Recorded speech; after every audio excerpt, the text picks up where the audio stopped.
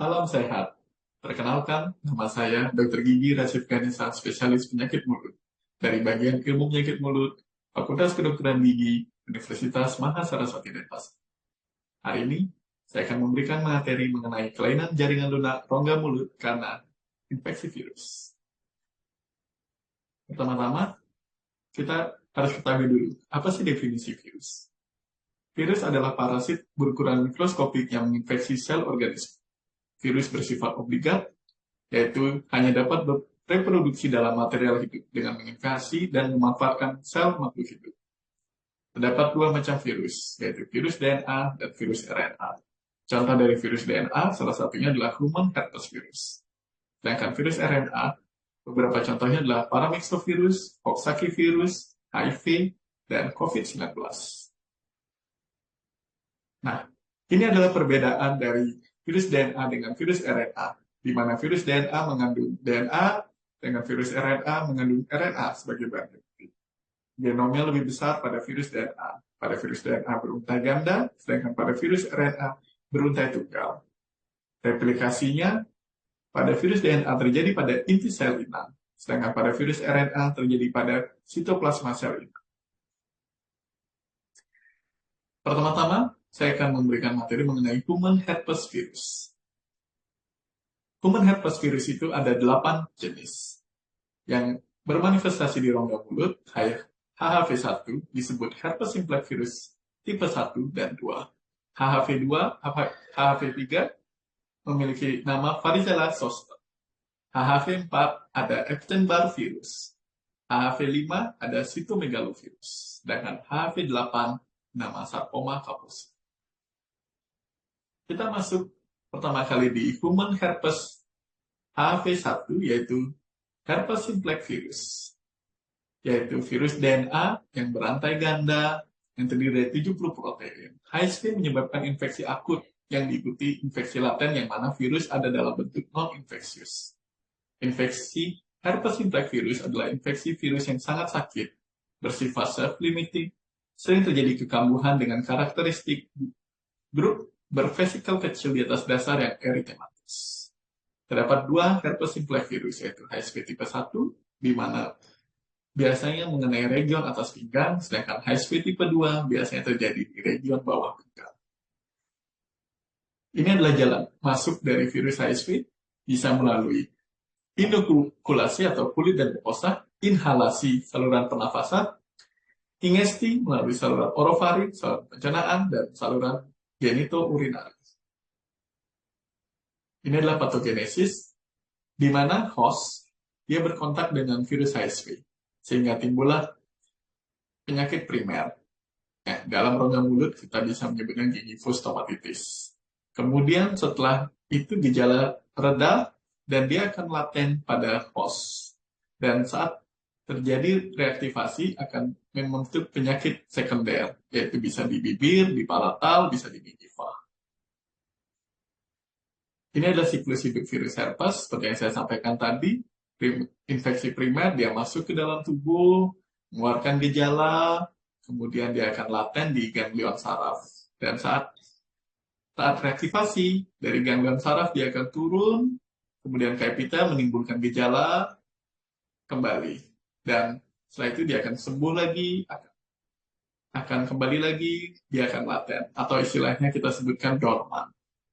Jadi virus herpes itu tidak akan bisa hilang, tapi dia akan dorman di dalam tubuh.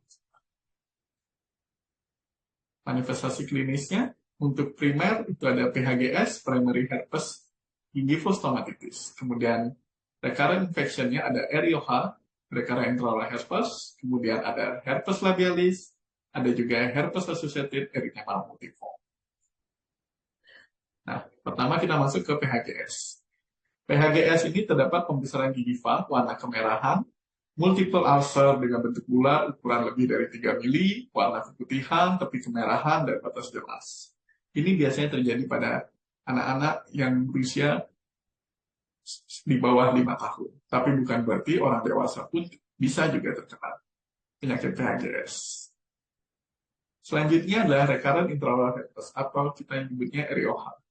Dia terdapat ulcer multiple, bentuk bulat, ukuran bervariasi, warna keputihan tapi kemerahan.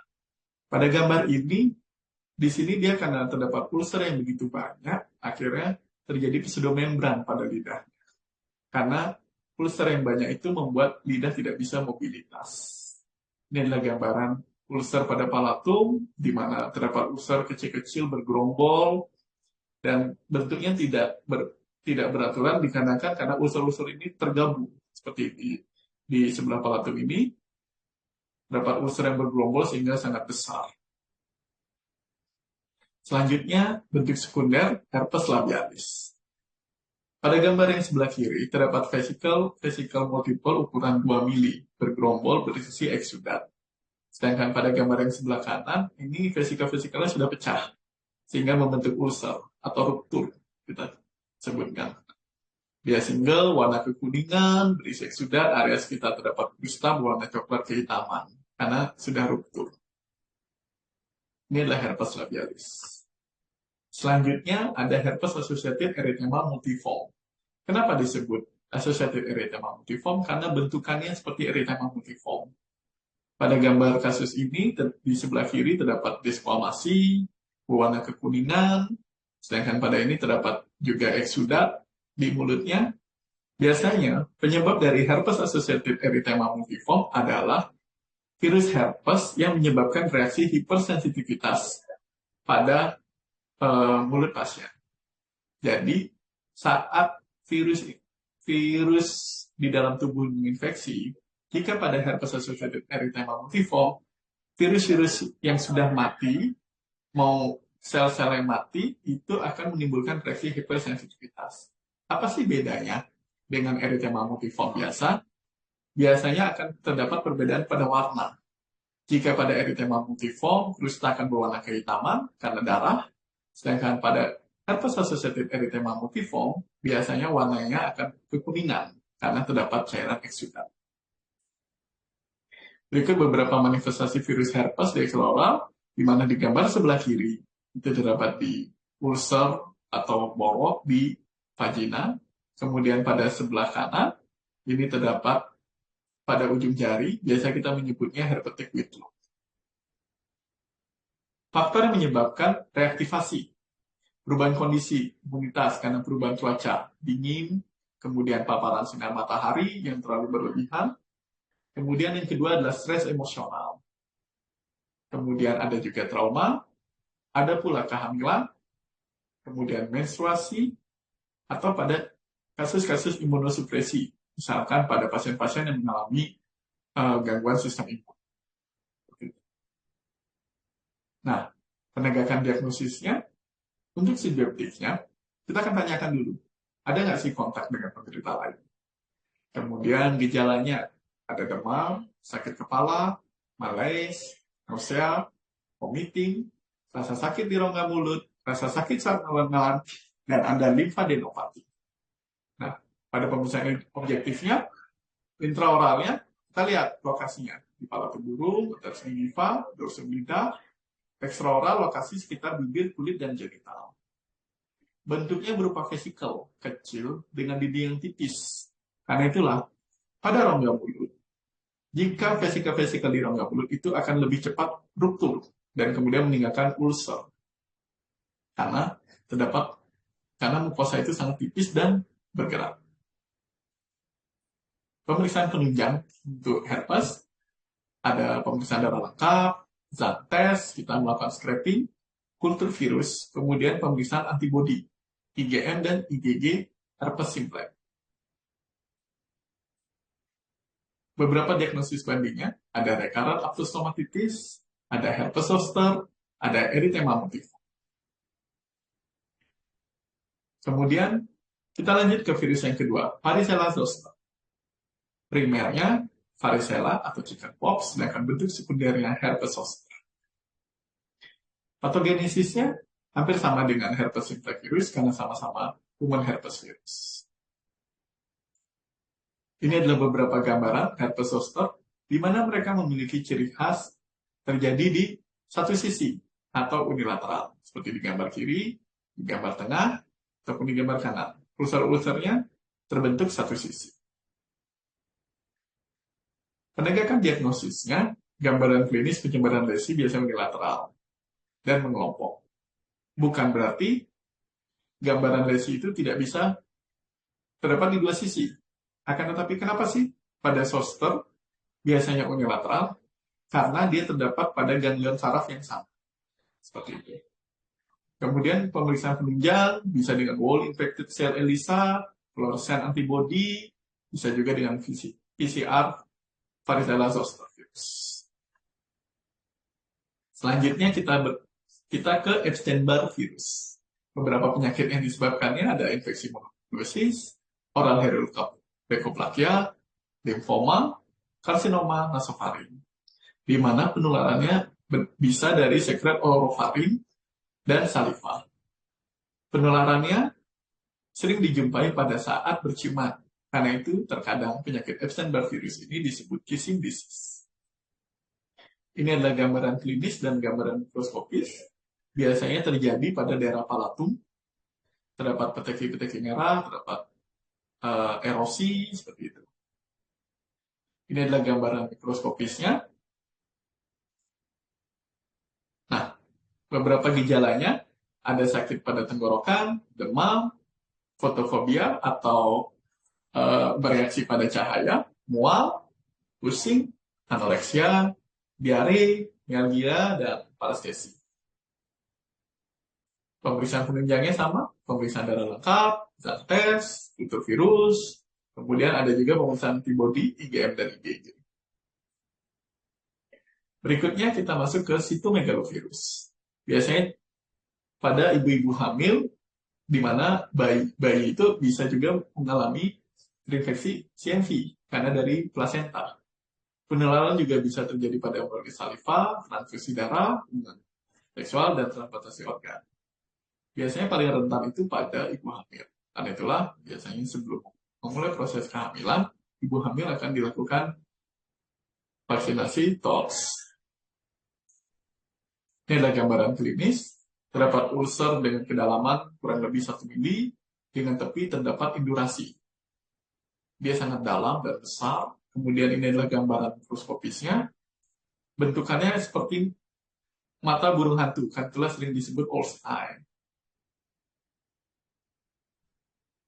Selanjutnya, kita akan menuju virus RNA. Pertama adalah paramyxovirus. Penyakit yang disebabkan ada measles, di mana tanda khasnya terdapat complete spot. Lesi kecil dengan bentuk flek irregular yang terlihat spek putih kebiruan dikelilingi batas merah terang. Lesi ini bisa disebut seperti kristal garam dengan background merah. Ini adalah gambarannya, di mana seperti kristal garam, dia putih-putih, kemudian ada erosi merah di sebagai dasar. Selanjutnya, ada penyakit MAPS, atau yang terkenal disebut gendongan. Kita juga menyebutnya adalah parotitis epidemika. Kenapa sih dinamakan parotitis epidemika? Karena penularannya sangat cepat. Karena itulah, jika ada yang terkena MAPS, sebaiknya memang diisolasi di rumah. Ini adalah gambaran klinisnya. Terdapat edema pada kelenjar parotis, bisa unilateral, bisa bilateral.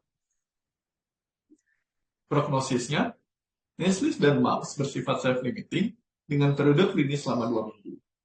Namun, jika dibiarkan, beberapa komplikasi yang dapat terjadi, salah satunya encephalitis, pneumonia, infeksi bakteri lain, kemudian pada measles, ibu-ibu hamil bisa menyebabkan kelahiran prematur, aborsi spontan, dan berat bayi lahir rendah.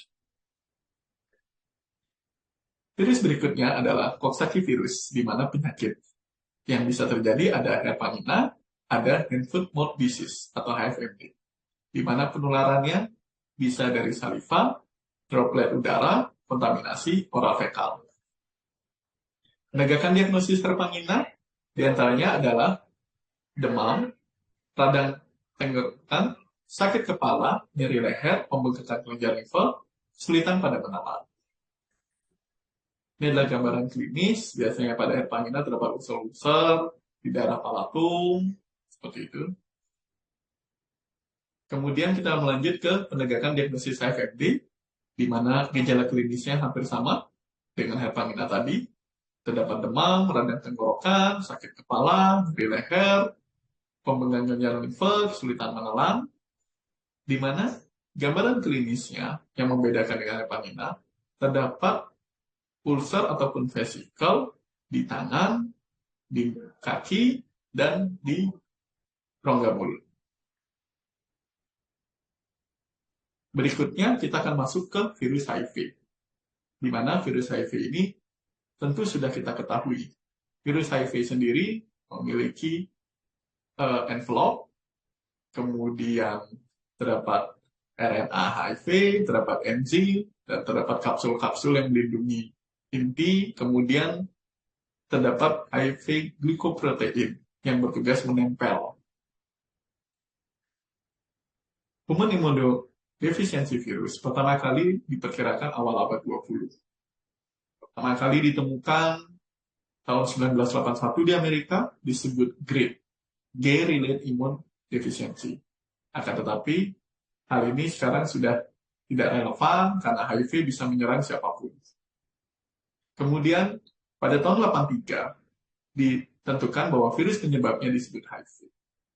AIDS, Acquired Immunodeficiency Virus, di mana telah terjadi kondisi imunosupresi yang disebabkan oleh virus HIV atau munculnya gejala atau tanda penyakit akibat hilangnya sistem kekebalan tubuh.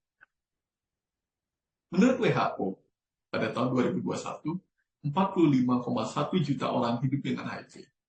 1 juta orang terinfeksi baru setiap tahun, dan kurang lebih 1,5 juta orang mengalami kematian.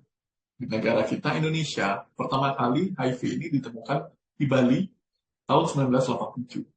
Di mana menurut perkiraan 427.000 orang dengan HIV, di mana kurang lebih 61.000 terjadi kematian. Ini adalah siklus hidup virus HIV, di mana virus HIV dengan glikoproteinnya akan berikatan dengan CD4 reseptor. Kemudian masuk, saat sudah masuk, dia envelope-nya akan terbuka, mengeluarkan virus RNA, kemudian akan masuk ke sitoplasma sel inang, kemudian di dalam sitoplasma ini, dia akan mengubah dirinya dari yang awalnya virus RNA akan menjadi tipe virus DNA. Kemudian keluar kembali, kemudian kembali masuk dalam envelope, dan kemudian menyerang seluruh tubuh. Ini adalah gambar siklus hidup dari virus HIV.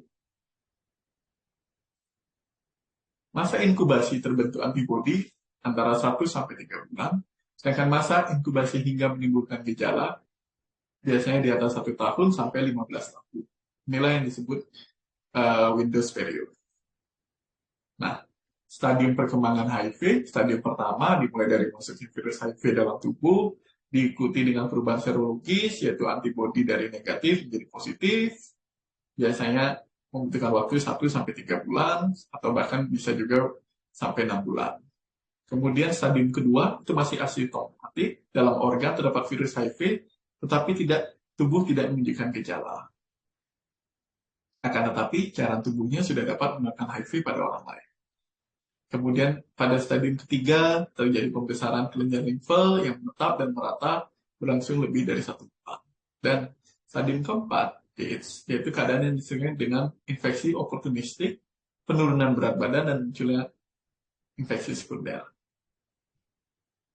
Ini adalah manifestasi klinis, di mana pada stadium 1 biasanya belum terdapat gejala, begitu pula pada stadium kedua, sedangkan pada stadium ketiga, mulai pasien tampak lemah, kemudian terjadi penurunan berat badan, diare kronis, kemudian anemia, kemudian pada pemeriksaan mulut bisa didapatkan kandidiasis, juga terdapat multiple ulcer, dan terakhir pada stadium 4, di mana terjadi makin parah penurunan berat badan, kemudian bisa terjadi pneumonia berulang, kemudian bisa muncul gejala seperti sarkoma Kaposi, kemudian pada saat stadium 4 ini, biasanya aktivitas fisiknya sudah sangat menurun, dan diarenya juga akan sudah sangat keras. Seperti itu. Menegakkan diagnosis HIV, pertama dengan anamnesis, beberapa pertanyaan yang bisa kita tanyakan: memiliki gejala penurunan berat badan tanpa ada penyebab, memiliki riwayat bergonta-ganti pasangan atau kecenderungan seksual, memiliki riwayat memakan obat-obatan. Dan jika dari anamnesis ini kita lakukan pemeriksaan penunjang, rapid test dengan ELISA dengan 3 regen yang berbeda. Ini beberapa manifestasi kelainan jaringan mulut, rongga mulut karena infeksi HIV. Pertama, yang paling sering adalah infeksi jamur. Itu paling sering terjadi pada penderita HIV. Kenapa begitu? Karena di rongga mulut itu, kandida atau jamur itu memang normal. Nah, saat terjadi penurunan sistem imun yang disebabkan infeksi virus HIV, sehingga jamur-jamur itu akan menjadi patogen dan menimbulkan gejala. Selanjutnya, oral leukoplakia biasanya disebabkan oleh Epstein-Barr virus, seperti yang disampaikan di awal tadi, di mana human herpes virus itu akan bertahan di dalam tubuh, dan dia akan mengeluarkan gejala saat terjadi penurunan sistem imun. Dalam hal ini, terjadi infeksi virus HIV. Selanjutnya terdapat linea gingiva erythema, di mana gambaran klinisnya terdapat erosi warna kemerahan pada marginal gingiva. Kemudian necrotizing ulcerative periodontitis, di mana tanda dan gejalanya merupakan tanda dari penurunan kekebalan yang sudah serius. Ulcerasi dan nekrosis pada jaringan gusi dan periodontal yang progresif, hilangnya perlekatan jaringan penyangga gigi dan tulang alveolar dengan cepat sehingga gigi akan goyang, tidak dapat sembuh sendiri, sangat sakit, pendarahan, bau busuk, sakit rahang yang hebat, dan seperti yang saya sampaikan tadi, bisa juga disertai goyangnya gigi hingga lepasnya gigi. Kemudian necrotizing ulcerative gingivitis, di mana tanda dan gejalanya kemerahan sepanjang tepi gingiva yang meluas ke atas gingiva dan alveolar, terjadi ulcerasi pada papila interdental sampai marginal gingiva, tertutup jaringan nekrotik, mudah berdarah, sakit, dan bau mulut yang sangat busuk. Kemudian manifestasi lainnya, necrotizing stomatitis, di mana terdapat ulcer yang besar, berukuran 5 mili sampai 3 cm, bisa terjadi keluar pendarahan pada ulcer, kemudian sangat sakit dan persisten. Manifestasi lainnya ada sarkoma kaposi, biasanya juga sering dijumpai pada penderita HIV, di mana terdapat edema berwarna ungu kehitaman pada gingiva, pada palatum, dan juga pada mandibula. Baik, sekian materi saya hari ini. Semoga bermanfaat dan selamat belajar.